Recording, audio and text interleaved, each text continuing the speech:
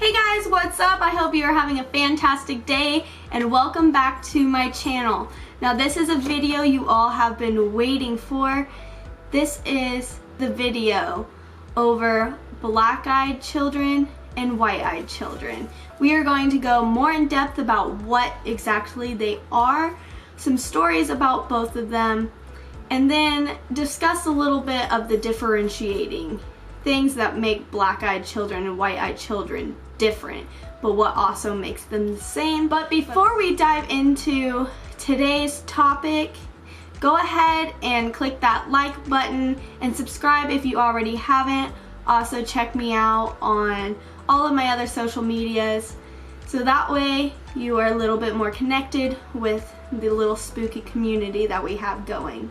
So, black-eyed children. What are they? Black-eyed children are a type of paranormal creature that likes to take shape of young human children, typically between the ages of 6 up to normally about 14 years old. And nobody really knows what they are. They don't really know if they're actually demons or if they are a humanoid type spirit, if they are like demonic angels, vampires, or what exactly black-eyed children are. All we know is that they definitely are not human, even though from a first glance they do look like human children. But the one thing that makes them look vastly different from human children is their pitch black eyes. So black-eyed children, like in their name, look normal typically.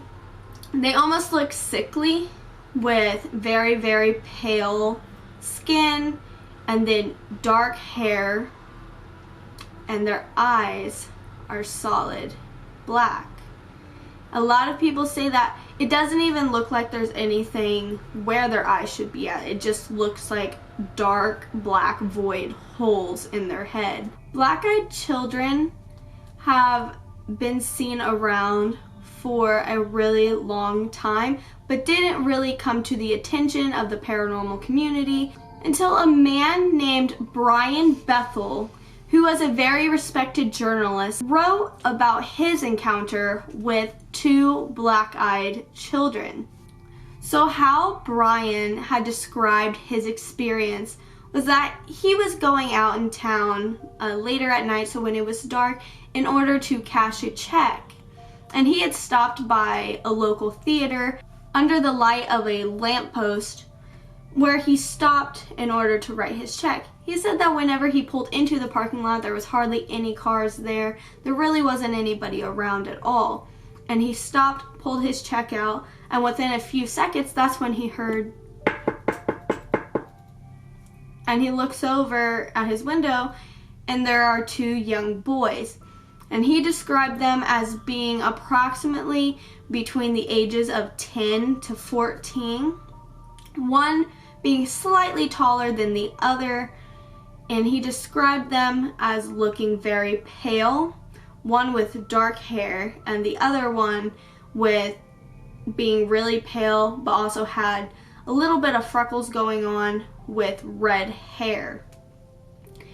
And he was originally kind of disturbed by it because he didn't see the children when he pulled into the parking lot, but he decided to crack his window to ask them, like, what's up? Because he said that initially he thought maybe they were coming to just try to get some cash out of him. So he cracks his window and he was like, "Can I help you?"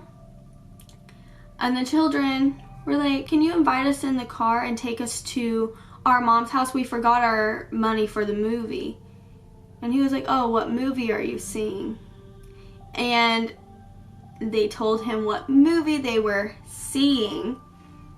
But then Brian looked up and noticed that the movie that they were supposedly seeing had started an hour before.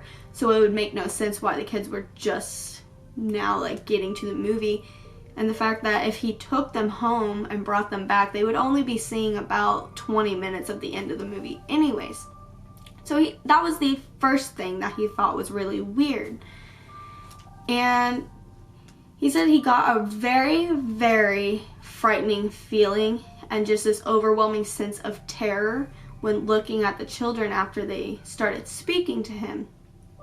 And the children kept insisting to please let us in the car, like take us to our mom's house. And when he didn't, that's when they started saying things a little bit more creepy, like, please sir, let us in the car. We're not going to hurt you. We're just children. And that's when Brian realized that these are probably not kids, because what children do you know that say, oh, we're just children, we're not going to hurt you? And after again he's getting more and more terrified of these children, that's when he notices their solid black eyes. And as he tells them no, that he's not going to let them in the car, they start getting more persistent about, let us in the car. Like, please let us in the car. And he says no and decides he's going to leave. Something is very, very wrong. So he backs out and starts pulling out of the parking lot. And as he looks in his rear view mirror, there are no children in the parking lot to be seen. So obviously, if they were real children, he would have at least seen them in the rear view mirror when he was driving away, but he saw nothing. And he said he's never really been into the paranormal stuff. He's never really looked into it. He had no idea what black-eyed children were. That was until after his encounter, he was at a little party or get-together with his friends, and he was telling them about the children that he saw, and this girl that was at the party was like, did they have black eyes? He was like, yeah. She's like, I had a dream about them, and they're not human. And that's when Brian really started to look into it about, what are these things that I saw? Why did they make me so scared? And that's when he found out that, they were black-eyed children.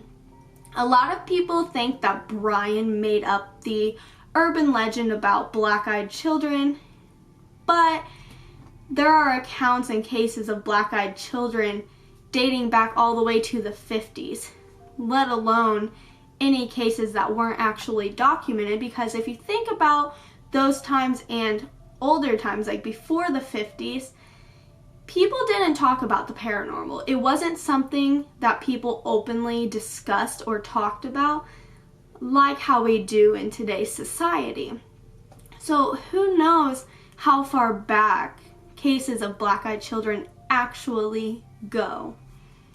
So there's just a little story for you, and something that you can look up if you're interested in Brian's story and reading it more in detail. In almost every case with black-eyed children, people have been either in their vehicles or in their home, and when these black-eyed children come to them, almost every person says that they didn't even notice their black eyes at first.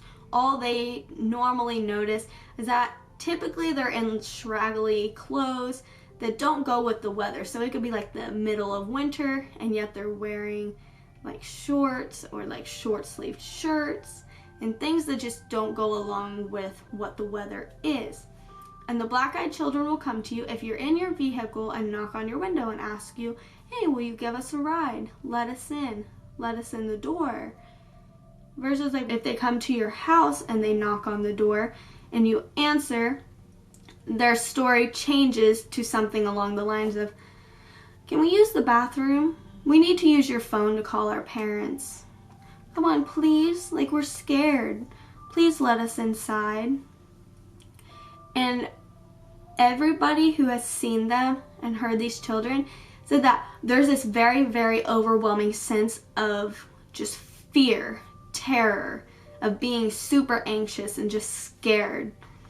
But there's also this little feeling inside of them that almost wants to do exactly what these black-eyed children are saying. People have caught themselves subconsciously reaching towards the door handle to let them inside, even though they weren't actually reaching themselves, and they caught their hand going towards the door and yanked it back, and that's when most people realize that something's wrong. A lot of people don't even notice that they're black-eyed children until closer to the end of their reaction with the kids, because most of the time black-eyed children are standing like this when they're talking to you so that you don't see their eyes. And it's not until they look up at you, either from getting really angry or for whatever other reason, and that's when they notice that their eyes are pitch black. But one thing that you have to keep in mind is black-eyed children, no matter how angry they get at you and keep trying to persistently ask you to let them inside, they cannot come inside of your car or come inside of your house without you giving them permission to enter. So with black-eyed children, if you're in your car, try to just drive away. If you are at your house, make sure if you did open that door, shut the door and try to ignore them.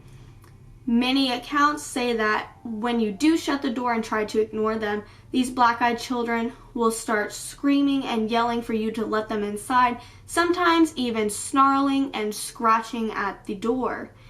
But so long as you ignore them, they will eventually go away and they will not hurt you. However, if you do fall for their little bribery and you let them inside, the black-eyed children tend to just act really funny. They don't hurt you, but they just act very, very strange and awkward. As one woman and her husband had figured out, they let the children inside because they felt bad and took them to the living room. The man sat down with the children, where the woman went to the kitchen in order to get them a little something to eat and drink, and she noticed that their cat, who is normally very, very friendly with strangers, was hiding under the table, growling and hissing while looking at these children. The woman went back into the living room, and the children asked to use the bathroom, and that's when the woman said, "The bathroom's down the hallway." When the children went down the hallway, the woman looks at her husband and goes, "Are you okay?" And he lifts his head up and his nose is bleeding. And that's when the lights went out. And when they finally came back on, the children were like, "Our parents are here," and left. So they didn't really do anything to them. They were just being very, very weird. But a couple of weeks later, the woman's husband started getting severely, severely sick. And they found out that he had a very aggressive cancer that is associated with overuse of sunbeds or tanning beds. But the thing is that this man had never used a tanning bed in his life. The man did end up getting super, super sick, and he did pass away.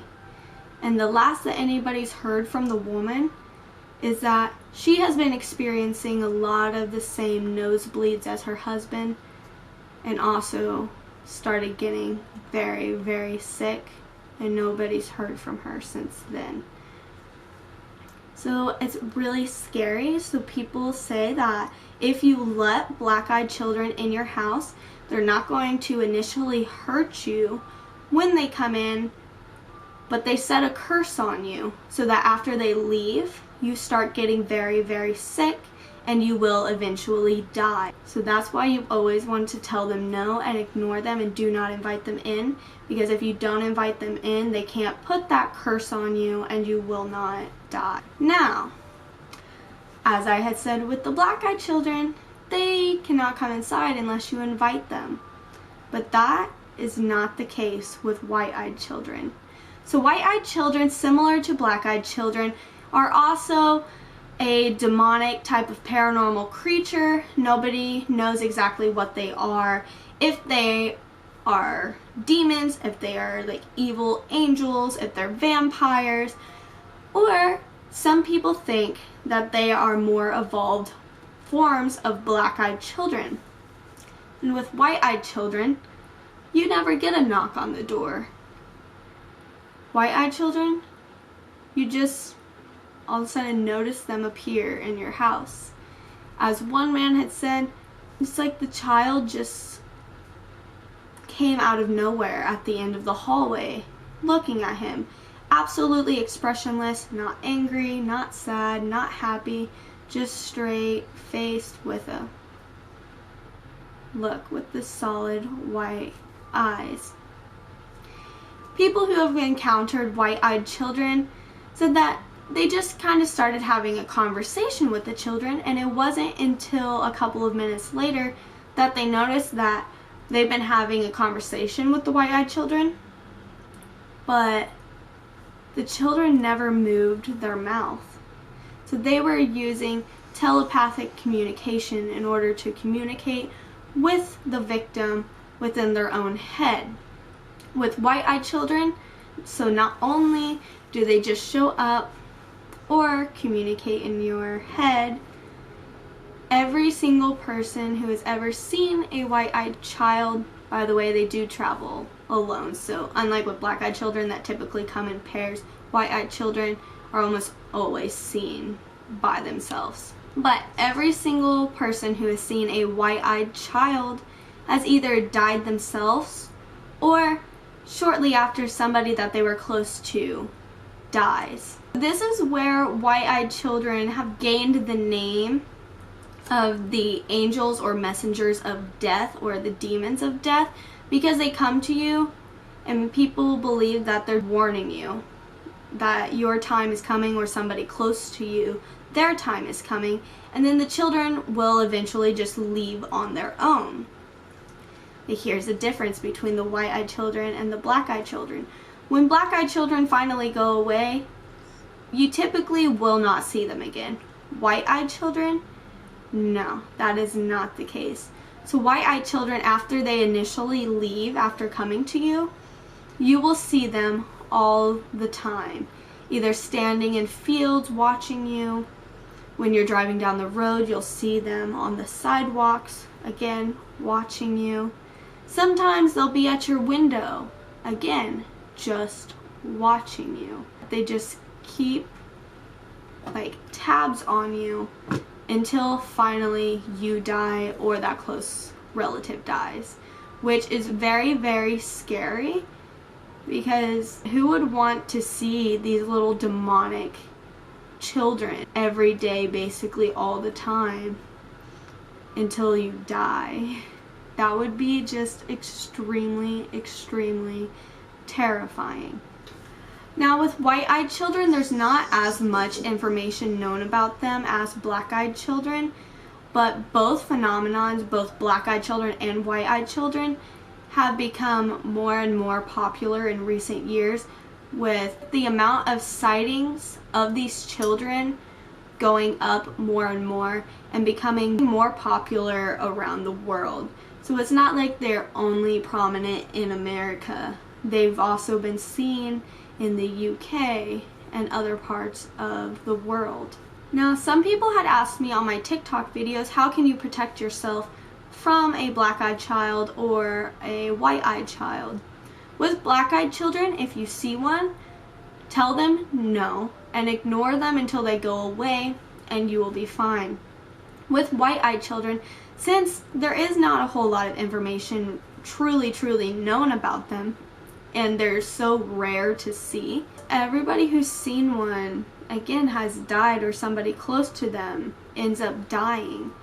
And I did not find anything online through my research on what you can do to actually protect yourself from them, or protect yourself from dying after you see one. I personally would recommend that if you did see a white-eyed child appear in your home, depending on what your religion or spirituality is, or just what your personal beliefs are, just try to do your best to contact the authorities from whatever your religion or spirituality is, to try to protect yourself, to make sure that you are safe. But again, because there's not a whole lot known about them, I can't guarantee that anything like that would actually work.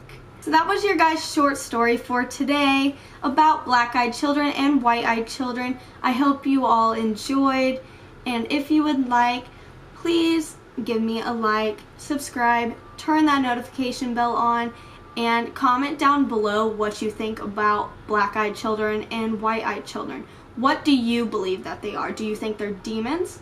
Do you think white-eyed children are an evolved form of black-eyed children? Do you believe that they are separate beings altogether? They are totally different creatures?